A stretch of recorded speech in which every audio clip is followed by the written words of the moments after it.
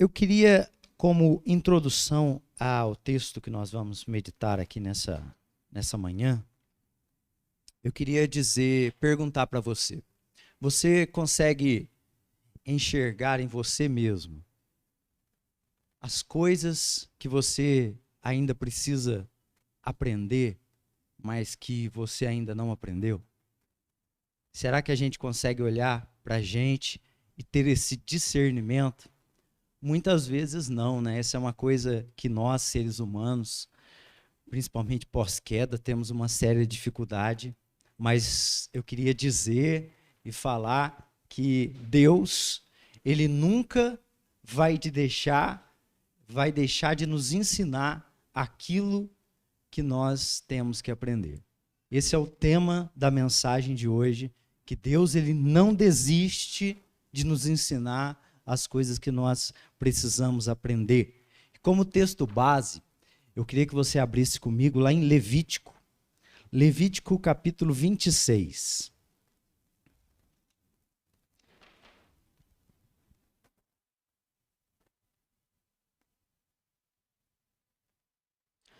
Levítico 26, eu vou ler a partir do versículo 33, tá? Hoje é uma pregação temática, né?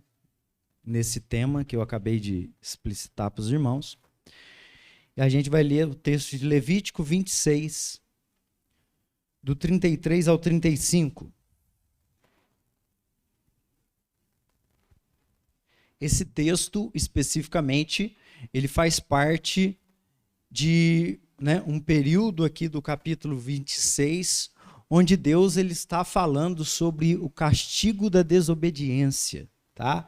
E dentro desse castigo à desobediência às suas leis, que foram dadas, anteriormente aqui, a gente vai citar e focar nesse ponto aqui, a partir do versículo 33. Diz assim, é Deus dizendo para o povo de Israel, esse texto aqui.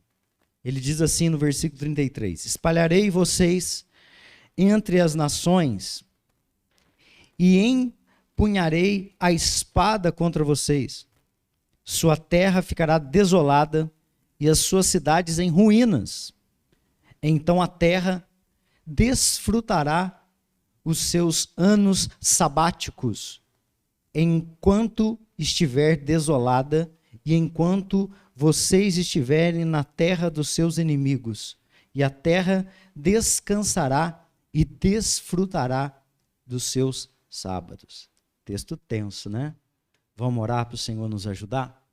Senhor Jesus, nós estamos aqui na Tua presença, nós estamos lendo aqui uma porção da Tua palavra e pedimos que o Teu Espírito Santo possa conduzir esse processo, que o Teu Espírito Santo nos leve a fazermos as meditações coerentes com aquilo que nós estamos lendo, tratando aqui especificamente dentro desse texto, que o Senhor nos leve a refletir sobre nós mesmos, sobre a nossa vida, para que nós possamos aplicar os princípios da Tua palavra, da qual nós estamos aqui nos debruçando especificamente, o princípio do ano sabático, na nossa própria vida de maneira coerente com aquilo que cremos do Senhor.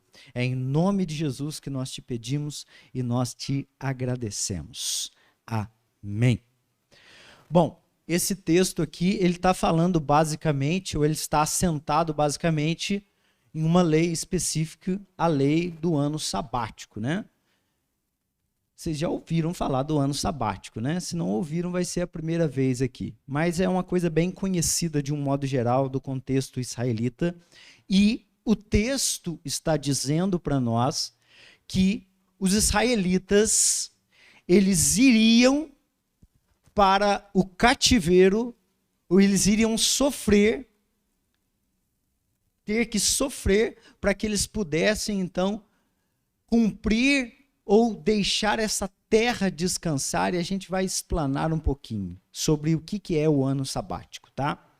Quando o povo de Israel ele saiu do Egito, irmãos, o que Deus ele fez com esse povo? Deus ele deu leis para esse povo. Deus ele deu leis que passariam a fazer o quê? A normatizar, a regulamentar a vida dessas pessoas, certo? Foi isso que Deus ele fez. Ele liberta o povo e posteriormente a isso ele dá leis a esse povo. Ele dá mandamentos a esse povo para normatizar e regulamentar a vida dessas pessoas. Mas, por que Deus ele deu leis a este povo? Entre outros motivos que nós poderíamos dizer aqui, o motivo pelo qual Deus dá leis que iriam normatizar a vida dessas pessoas é o fato de que este povo tinha ou passaria a ter agora, este povo possuía agora um pacto com Deus, uma aliança com Deus. E fazer uma aliança, fazer um pacto com qualquer pessoa que seja, pressupõe se submeter, o estar debaixo de leis, de regras. Por exemplo, se eu quisesse viver a minha vida do jeito que eu quero, chegar em casa a hora que eu quero, não ter que dar satisfação para ninguém da minha vida, não ter ninguém a quem eu devo explicação e devo cuidar dessa pessoa, eu não teria feito uma aliança com a Nânia, minha esposa. Eu não teria feito isso. Então, pacto, aliança, pressupõe naturalmente e evidentemente pressupõe regras. Então, uma aliança pressupõe regras da mesma forma que uma aliança, um pacto, pressupõe também promessas, não é? A gente vê que Deus, ao fazer um pacto com esse povo, deu inúmeras promessas para o povo de Israel, não deu? Promessas, por quê? Porque eles estavam entrando em um pacto, mas ele também deu leis. Então, vamos fazer uma aplicação disso para a nossa vida? Vamos lá, eu quero te perguntar, você enquanto indivíduo, você tem um pacto, uma aliança com o Senhor? Você tem uma aliança com Deus? Isso está claro para você dentro do seu coração? Você tem uma aliança? Então isso quer dizer que você tem promessas de Deus para a sua vida. Mas automaticamente quer dizer que existem regras, existem leis. Então, porque este povo tinha uma aliança com Deus, eles também agora possuíam leis. E uma dessas leis era o ano sabático, da qual é o objetivo do nosso estudo aqui. E uma das promessas de Deus para esse povo era uma promessa específica sobre a terra da qual eles iriam entrar, que era a terra de que eles iriam possuir por causa do pacto que Deus estabeleceu com eles.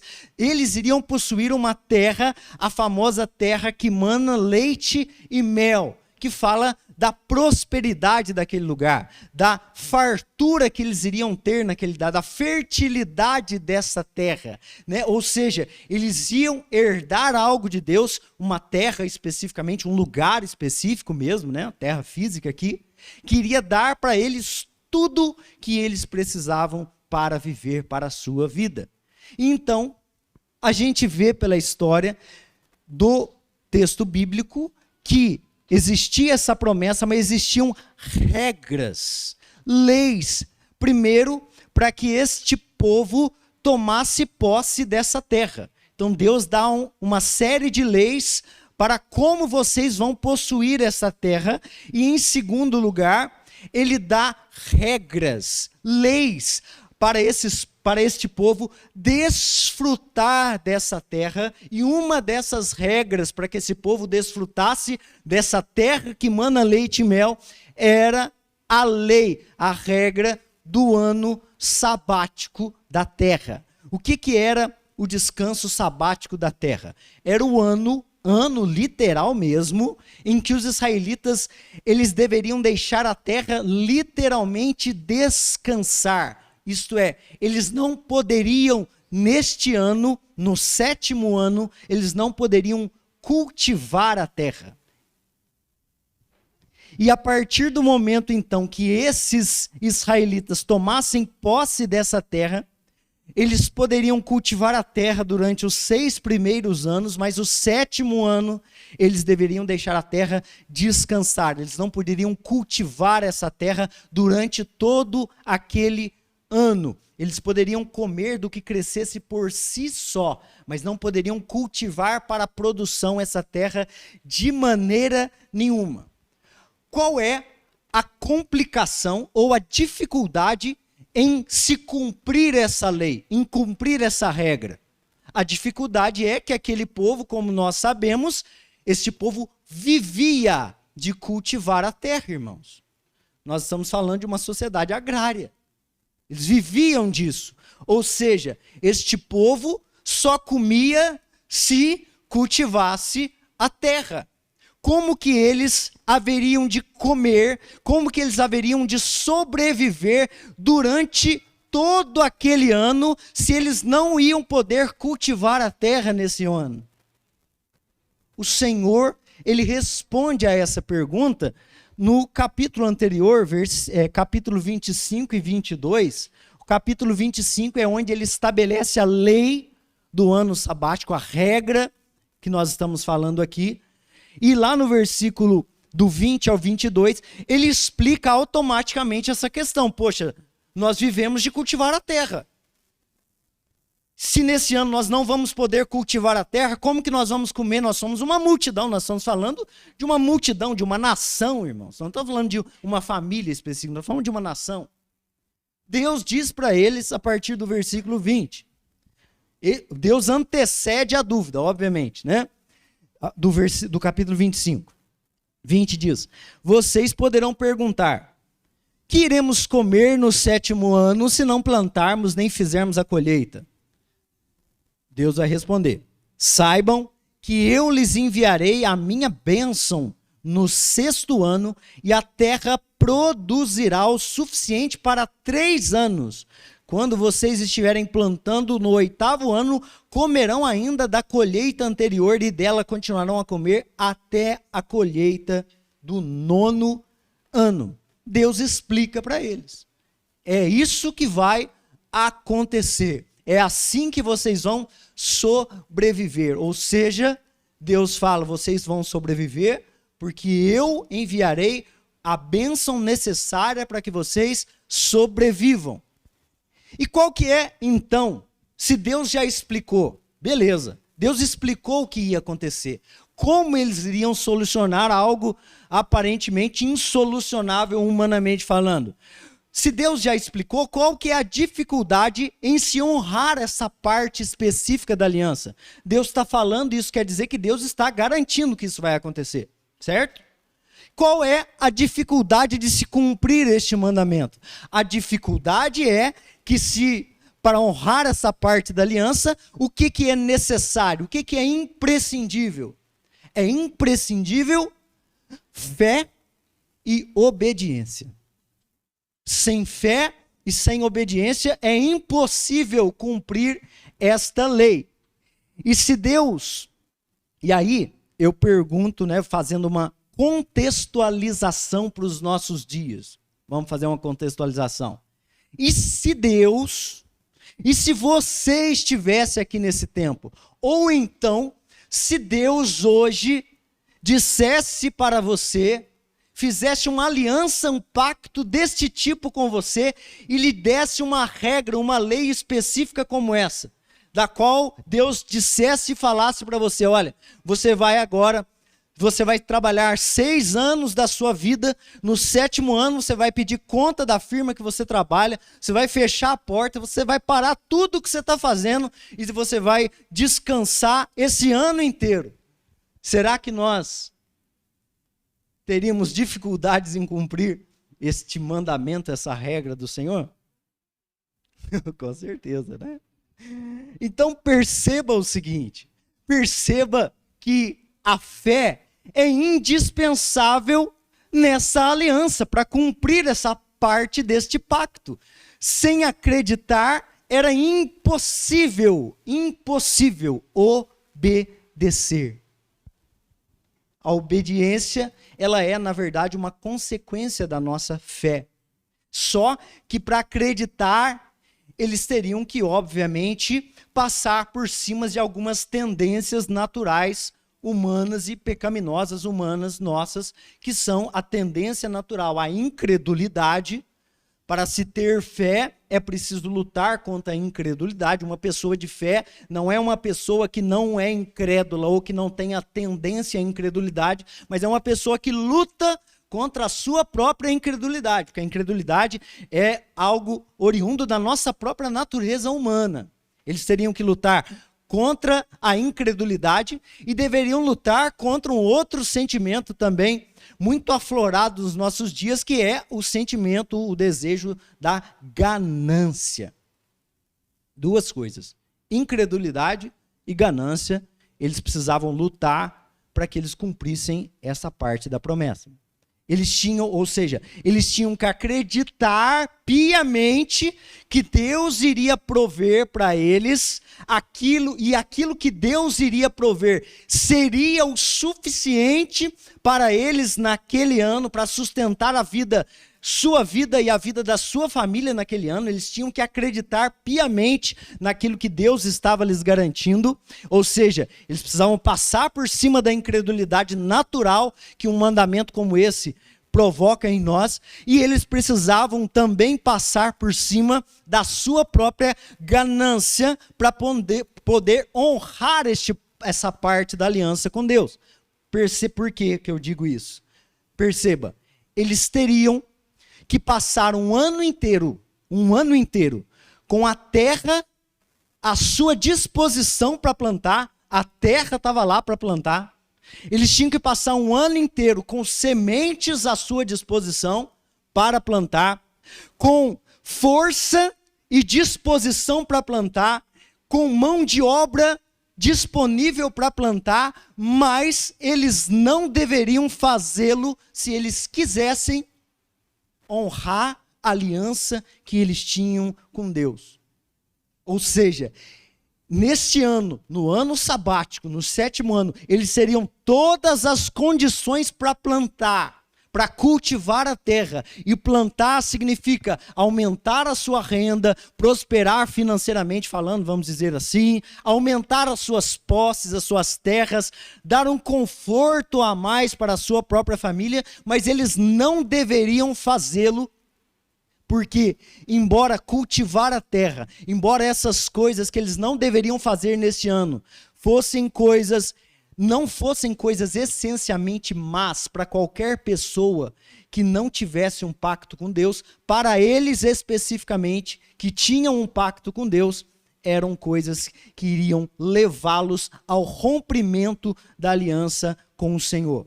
E aí, já me dá automaticamente uma aplicação para a minha vida e para a sua vida, que é o fato de que, se eu e você, nós temos uma aliança com o Senhor, se nós começarmos a basear a nossa vida na vida daqueles que não têm uma aliança com o Senhor, nós infelizmente estaremos a ponto de, em algum aspecto, quebrarmos essa aliança com o Senhor, ferirmos os mandamentos de Deus ou ferirmos as expectativas que Deus tem para nós. Por exemplo, as outras nações, vamos pensar sem ser a nação de Israel, as outras nações, elas poderiam plantar, colher, cultivar, produzir durante o 7º ano? Poderiam, mas Israel não podia, irmãos. As outras nações seriam julgadas por Deus como Israel o foi. Quem conhece um pouco da história de Israel, a gente vai ler até um texto sobre isso, que ela foi julgada por a quebra dessa lei. As outras nações seriam julgadas por Deus por cultivar a terra no ano 7º? Não, mas Israel seria e o foi. E isso mostra para nós o que nós estamos tratando aqui especificamente nesse momento do texto, do pensamento, que a vida de quem tem uma aliança com Deus, ela é muito diferente da vida daqueles que não têm. E o ano sabático mostra isso para nós, é um exemplo disso. Vamos voltar aqui. O que Deus estava propondo para eles, pediu para eles descansar neste ano, não cultivar a terra, era uma coisa complexa? Não. Não tem nada de complexo em você deixar de fazer alguma coisa. Mas não era uma coisa, obviamente, fácil de ser feita. E aí eu pergunto, pela história do que você já conhece sobre a história do povo de Israel? Eles conseguiram cumprir especificamente essa parte da aliança? Não. E aí vem a lição e o tema que nós estamos tratando aqui. Eles não conseguiram cumprir isso. E a gente já vai ler um texto que mostra isso. Mas Deus não deixou de os ensinar sobre aquilo que eles deveriam aprender, especificamente sobre esse ponto do ano sabático. E já disse alguém, né, que quem não aprende pela dor, pelo amor aprende pela dor, né? Só que agora o método de ensino de Deus será o sofrimento. Será o cativeiro babilônico em cumprimento das consequências da desobediência dessa lei de Levítico 26. Olha para você ver o texto de 2 Crônicas 36. É o final do livro de Crônicas e o cronista, aquele que está narrando, vai falar algo específico disso aqui que nós estamos falando do ano sabático. 2 Crônicas 36. Pode colocar a partir do 15 para a gente ficar, para a gente ter um pouco de contexto, tá? 2 Crônicas 36, a partir do 15. E o Senhor Deus, os seus antepassados, advertiu-os várias vezes por meio dos seus mensageiros, pois ele tinha compaixão do seu povo e do lugar da sua habitação. Mas eles zombaram dos mensageiros de Deus, desprezaram as palavras dele e expuseram ao ridículo os seus profetas, até que a ira do Senhor se levantou contra o seu povo e já não houve remédio. O Senhor enviou contra eles o rei da Babilônia, que no santuário matou os seus jovens à espada, não poupou nem rapazes, nem moças, nem adultos, nem velhos. Deus entregou todos eles nas mãos de Nabucodonosor. Este levou para a Babilônia todos os utensílios do templo de Deus, tanto os pequenos como os grandes, como os tesouros do templo do Senhor, e os do rei e os de seus oficiais. Os babilônios incendiaram o templo de Deus, derrubaram o muro de Jerusalém, queimaram todos os palácios, destruíram todos os utensílios de valor que haviam neles. Nabucodonosor, presta atenção nesse ponto, levou para o exílio na Babilônia o remanescente que escapara da espada para serem os seus escravos e dos seus descendentes até a época do domínio persa.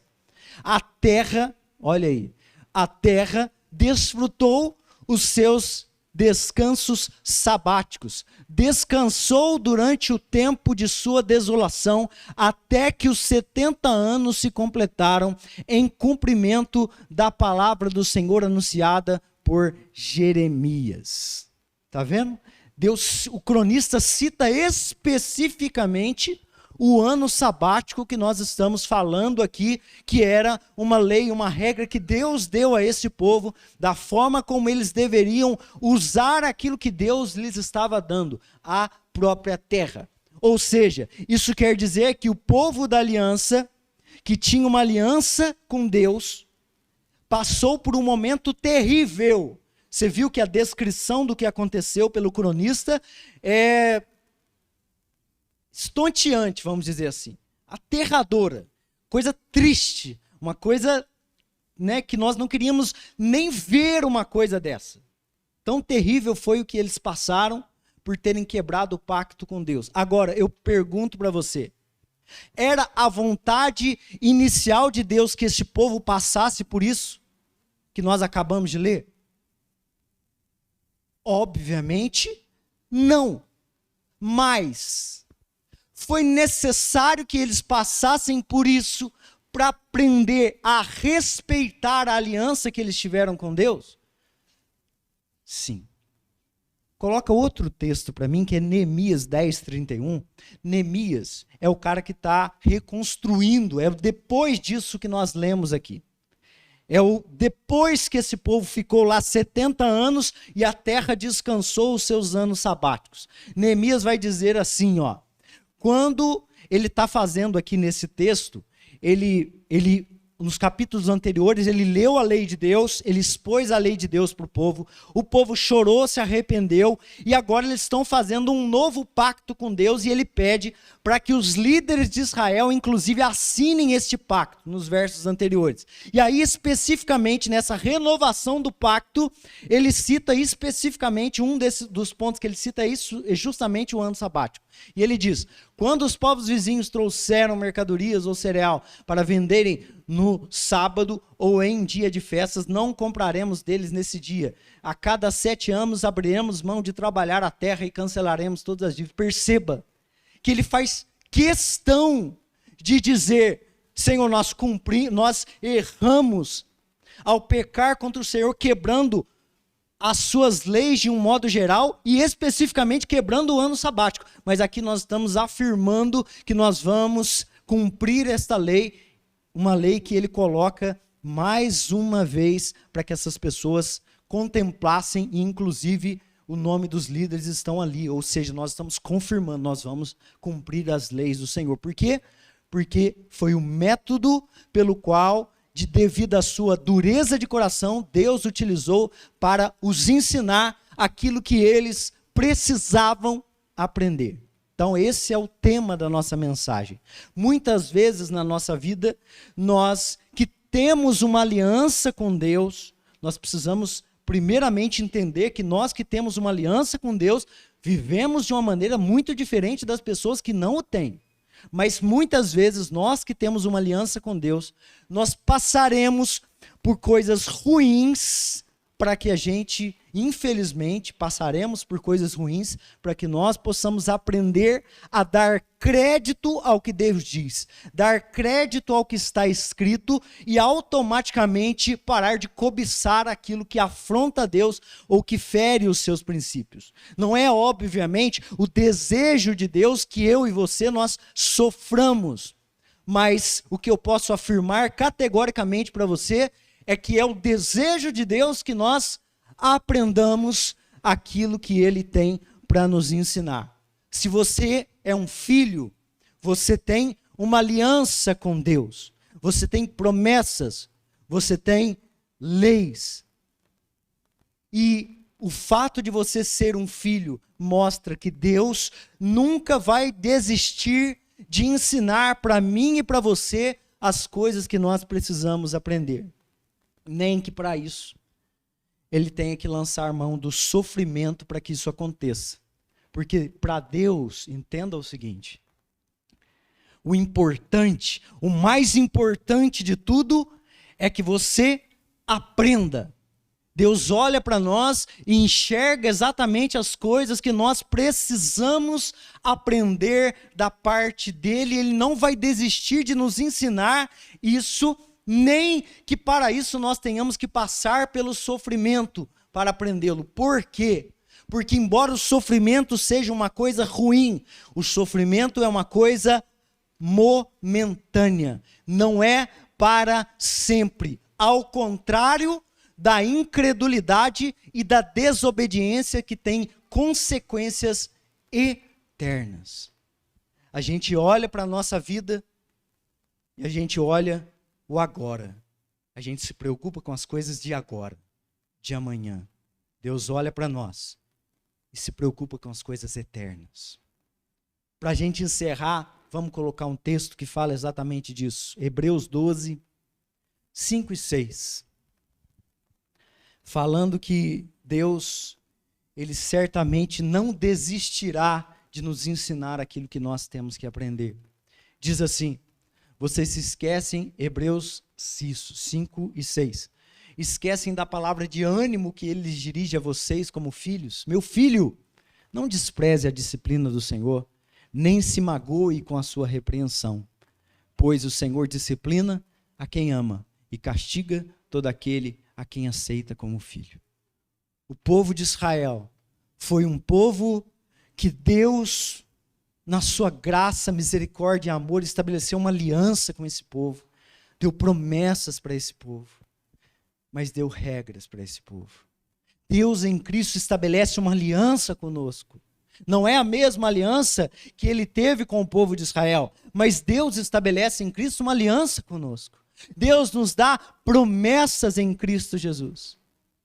Mas todos nós sabemos que existem leis, regras, para que nós cumpramos esse pacto. Eu e você, nós não precisamos, irmãos, definitivamente, passar por sofrimento.